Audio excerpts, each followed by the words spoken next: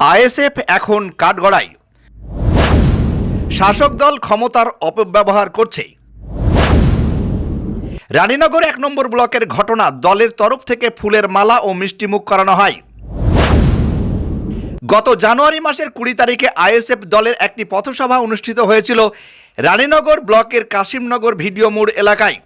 সেই সময় একজন এসএফআই দলের নেতা মঞ্চে ভাষণ দেওয়ার সময় উদাহরণ দিতে গিয়ে একটি কটূক্তিকর মন্তব্য তার মুখ থেকে বেরিয়ে যায় এবং সেই সময় বক্তব্য চলাকালীন একটি মোবাইল ফোনে ফেসবুকে লাইভ চলছিল।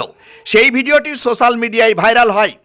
তারপরেই ইসলামপুর থানায় একটি পক্সো আইনে অভিযোগ দায়ের করা হয় যে বক্তব্য দিচ্ছিলেন এবং যে মোবাইলে লাইভ করছিল তাদের দুইজনের বিরুদ্ধে।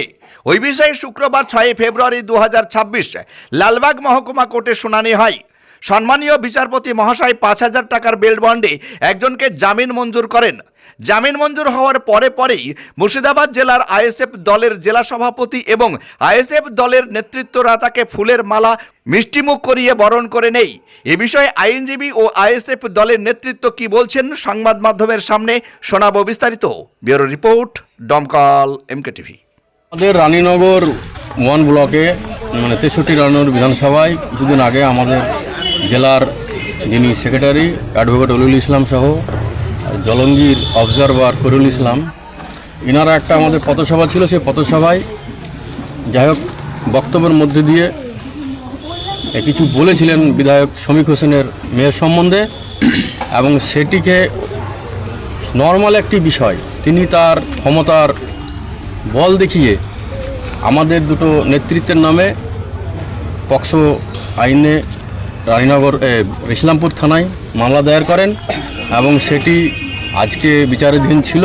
আজকে আমাদের যিনি জজ সাহেব ছিলেন এডিজিএম লালবাগ কোর্ট, ইনি আমাদের ম্যারিড, আমাদের সম্পূর্ণ যেগুলো বাইট ছিল শোনার পরে আমাদের বাহাদুর সৈনিক অ্যাডভোকেট অলিউল ইসলামকে জামিন দিয়েছেন। আমাদের এই মমতা সরকার, টিএমসি সরকারের যে প্রশাসন, তার উপরে আমাদের কোনো আস্থা ভরসা নেই, কিন্তু কোর্টের ওপরে আমাদের আস্থা আছে এবং কোর্টের আস্থায় আমরা আজকে কোর্টের দ্বারস্থ হয়েছিলাম। মাননীয় বিচারপতিকে আমরা অসংখ্য ধন্যবাদ জানাই এবং সাথে সাথে যিনারা আমাদের কর্মী ও নেতৃত্বের হয়ে লড়াই করেছেন সেই সব অ্যাডভোকেটকেও আমরা অসংখ্য ধন্যবাদ জানাই। সাথে সাথে এটাও বলবো, আমরা নওশাদ সিদ্দিকীর সৈনিক, আমরা আইএসএফের সৈনিক, আমরা এত সহজে দমানো লোক না। প্রশাসন যদি মনে করে পুলিশ যে ধমকি চমকিয়ে তৃণমূলের ঝান্ডা ধরাবো, টোটাল তারা ভুল চিন্তাভাবনা। তাদেরকে মনে রাখতে হবে এটা পীরজাদা মোহাম্মদ আব্বাস সিদ্দিকীর সৈনিক, পীরজাদা মোহাম্মদ নওশাদ সিদ্দিকীর সৈনিক। আমার নাম হাবিব শেখ, আমি জেলা সভাপতি মুর্শিদাবাদ জেলা Indian secular front.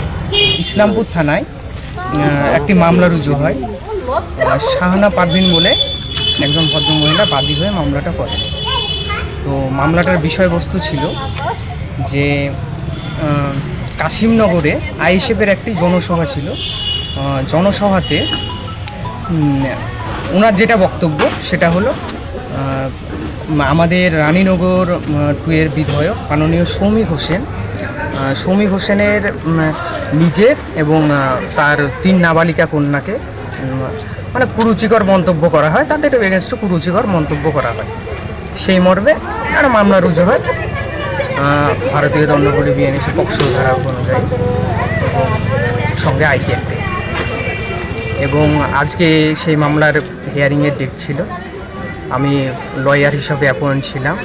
অডিটন speech and hearing clinic, এখানে উন্নত মানের মেশিনের সাহায্যে নাক গান গলার পরীক্ষা করা হয়। এছাড়া উন্নত মানের কানের মেশিন পাওয়া যায়। বাচ্চাদের স্পিচ থেরাপির মাধ্যমে তোতলা দেরিতে কথা বলা বা কথা বলতে না পারার সুচিকিৎসা করা হয়। আমাদের ঠিকানা দমকল তেঁতুলতলা HV গ্যাস অফিসের নিকট।